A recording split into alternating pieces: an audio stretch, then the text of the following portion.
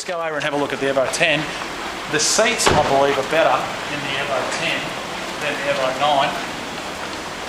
And remembering this also, car is a little bit bigger.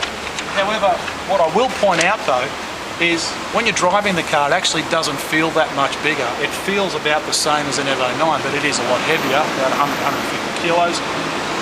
But when you're in the car, it is you feel part of the car as a driver. And I've pushed this car pretty hard in the past, and I intend to push it even harder in the future from a competition circuit event type stuff.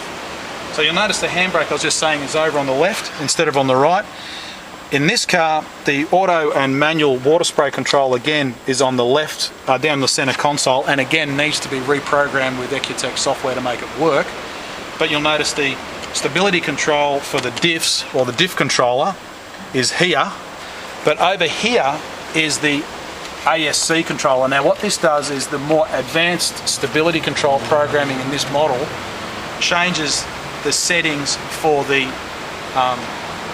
basically, it's the way the car controls the diffs in a yaw and handling situations through corners, whereas in the older model, the diff control was purely just only noticeable mostly, obviously, in a straight line or when you get in the drift. This has got a lot more aggressive and far more advanced stability control programming than the EVO 9. And one thing I will point out, at the track, the power of this car is not what makes it quicker. It's the incredible improvement in handling through the stability control programming that makes this car so much more fun to drive in most situations. Unfortunately, it takes away the ability for you at an extreme level because you can't dull it down as much as an EVO 9, but the level of grip is just astounding. And remembering this car, and I'll show you in a minute, comes with factory standard 18-inch wheels and incredibly good Dunlop tyres, factory fitted. The EVO 9 comes with 17-inch wheels and factory fit in Australia come with Yokohama tyres. Unfortunately, the tyres that they specified in the Australian model nowhere near as good as this, and nowhere near as good as the older model Subaru with the REO 70s. Have a look at the dash, and you see Mitsubishi have again changed the dash dramatically. You'll notice it's got a far more advanced electronic centre display, which gives you all sorts of data and information that allows you to set the car up. The big thing, which I don't like, is you'll notice the center console. Now, we didn't opt for the MR model, which has the Mitsubishi MMC double DIN center stereo. This one is obviously the lower spec version that comes with the 5-speed transmission. Again, 5-speed compared to 6-speed in the EVO 9.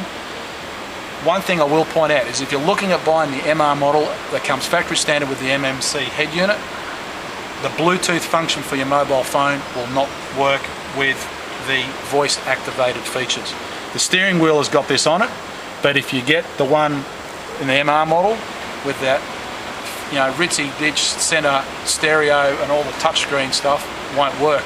If you want to use it with a phone, you have to stop the car, press the touchscreen to dial a number, and off you go. As far as I'm concerned, it's a real letdown. Although that center stereo feature's got some great features on it, for what you commonly use these days with a Bluetooth headset in your mobile phone, big letdown from Mitsubishi's point of view. The other thing I'll point out is this car doesn't come with the Australian delivered Diamond Track alarm system. It's got the keyless entry with a proximity sensor. So basically, I walk up to the car, as long as I've got that near me, I can put my hand in the door and the car will open.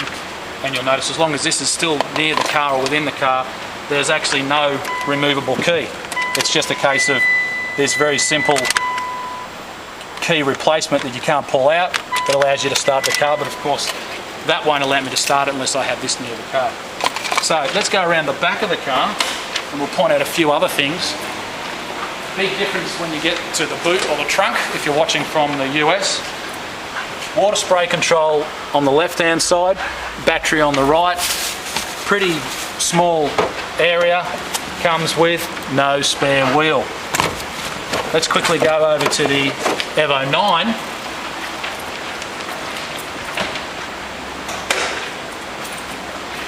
Have a look in here. Much more space, and at least with this model you get a space saver. So depending on how you want to drive the car and where you are has a big effect on what you're going to obviously get at this end of the car. And a few other things, I made some other notes here to sort of give you an idea. We've spoken about the wheels. Oh, the turning circle in both cars are very, very similar. Absolutely shocking, but then you don't buy a Mitsubishi Lancer for its incredibly good turning circle. We spoke about the varied engine between the two models. The Evo 10's obviously got better ESP, the Evo 9's got what I believe a better 6-speed. The Evo 10 is a physically bigger car with more room inside, it's quicker at the track from its handling benefits. The Evo 9 is more of a nimble, hardcore driver's car, but of course it's a lot easier to modify at the moment as the industry catches up with the modification options for this particular model. And of course the Evo 10 comes with HID. So there you have it. For more technical information, you can go to our website at mrtperformance.com.au. You can download the digital information from MitsubishiSecrets.com, or of course you can send us an email and we'll be glad to help you. For more information in the future, keep your eye on our website for more videos like this. I'm Brett Middleton. Thanks for watching.